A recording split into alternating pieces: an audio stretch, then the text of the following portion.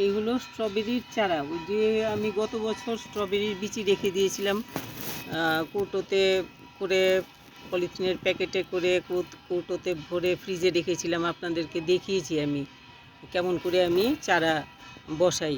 তো ওই চারাগুলো উঠেছে, উঠে এই যে অনেকটা কিছু কিছু হয়েছে, ছোট রয়েছে, কিছু অনেকটা বড় হয়েছে। এই যে এগুলো লাগানোর মতো হয়ে গেছে।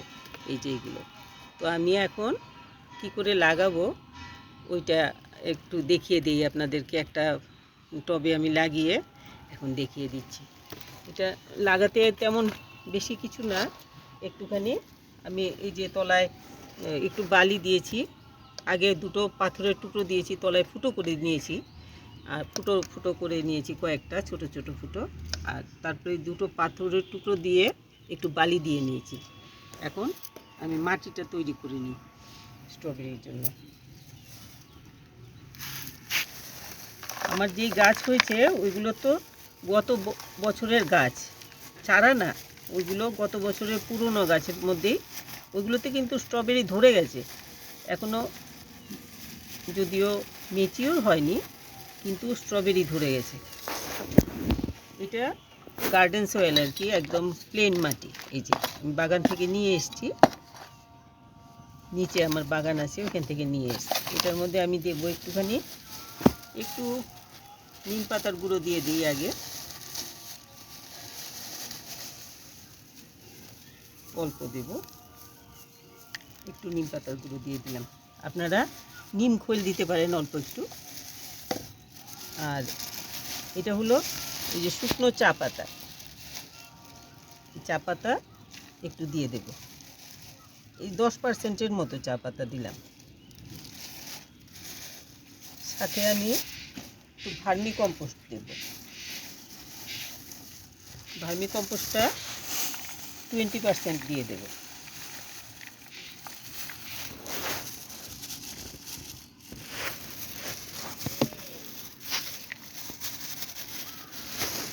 শুকনো গোবর, যেটা নাকি খুব ভালো করে গত বছরের পুরনো শুকনো গোবর যদি হয়, যেটাতে নাকি ফাঙ্গাস হওয়ার কোনো রকম চান্স নেই, ওই রকম হলে পরে শুকনো গোবর দিতে পারেন। শুকনো গোবরে কিন্তু ভালোই হয়।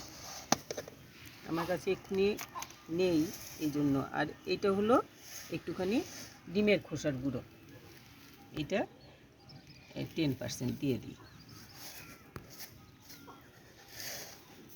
ব্যাস, এখন আর আমি এটাকে ভালো করে মিশিয়ে নেব।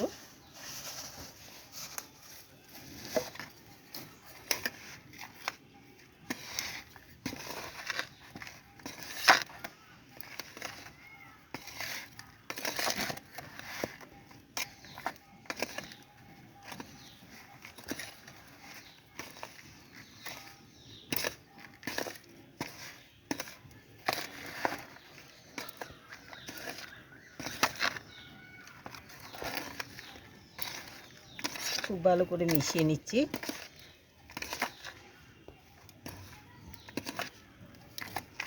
মোটামুটি তৈরি হয়ে গেছে। এখন আমি এটাকে দিয়ে দেব।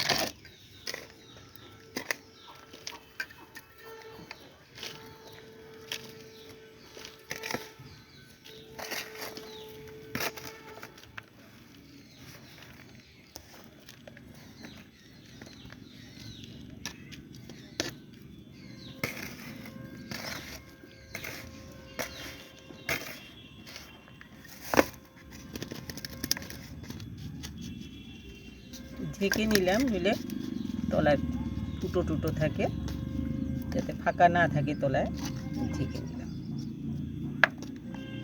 এখন আমি এখানে একটু জায়গা করে রাখলাম। এখান থেকে তুলতে আমি তো সরু ইয়েটা আনিনি, এটা আনতে পারলে ভালো হতো, কেন একটা তুলতে কয়টা উঠে যাবে, নইলে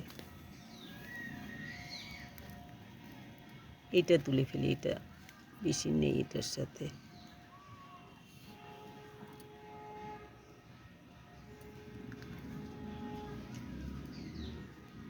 এই যে শেকড় বেরিয়েছে,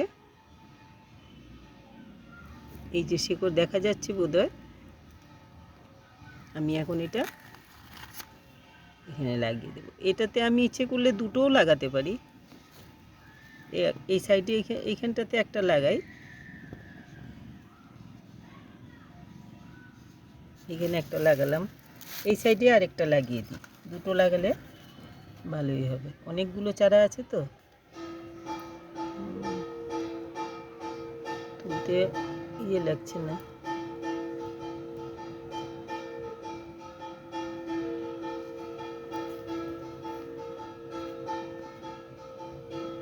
এই যে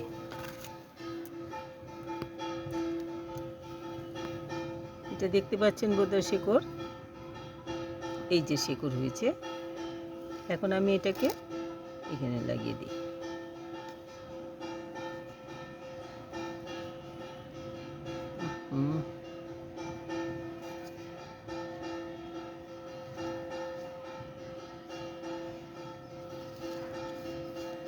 একটু জায়গা রেখে দিলাম, গাছ পরে একটু মালচিং করতে লাগে।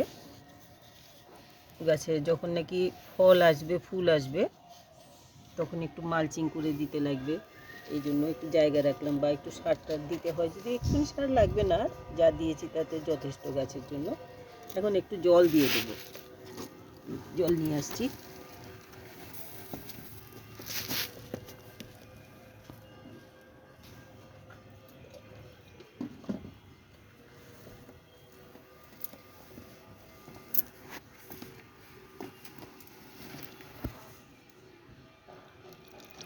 ভালো করে জল দিয়ে দেবো এখন।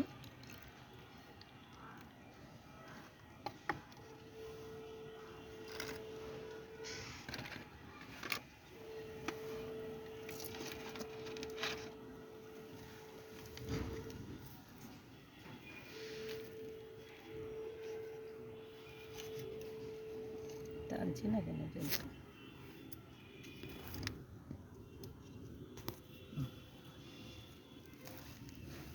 জলটা বেরিয়ে যেতে লাগবে, এই যে তলা দিয়ে বেরোচ্ছে। বেশ, এই এতটুক করে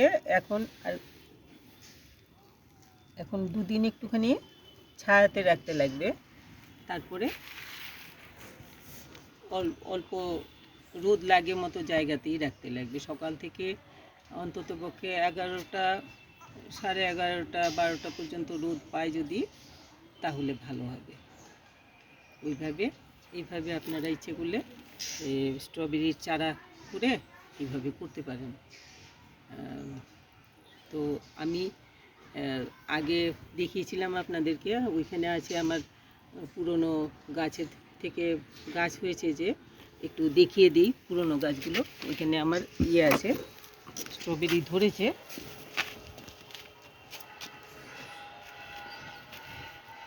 স্ট্রবেরি ধরেছে এখানে। বৃষ্টি এসেছিল, এই জন্য একটু ঢাকাঢুকি দিয়ে রেখেছি, বৃষ্টিতে ক্ষতি হয়ে যায়।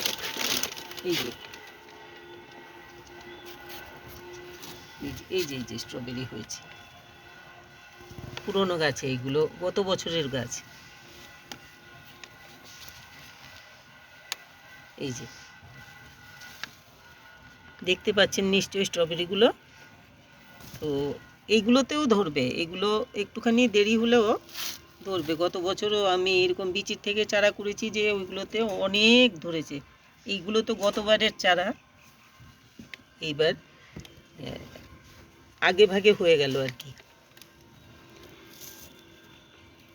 এই যে ঠিক আছে, এতটুক দেখালাম আজকে আপনাদেরকে। আমার স্ট্রবেরি আবার যখন মেচিওর হবে, লাল রং হবে, তখন দেখাবো। আর এই চারাও বড় হয়ে এই চারাতে যখন ফল আসবে, তখন দেখাবো আপনাদেরকে। আপনারা করুন, স্ট্রবেরি খুব উপকারী একটা ফল, খুব স্বাস্থ্যকর ফল। খেলে বেরি জাতীয় ফলগুলো তো অনেক বেশি উপকারী। তো বাড়িতে করলে পরে নির্ভেজাল ফল খেতে পারবেন, ভালো লাগবে, নিজের গাছের ফল। ঠিক আছে, আমি আজকে আর বলছি না। আপনাদের যদি ভালো লাগে তো একটু লাইক, কমেন্ট করবেন, শেয়ার করবেন, একটু সাবস্ক্রাইব করে দেবেন। ভালো থাকবেন সবাই।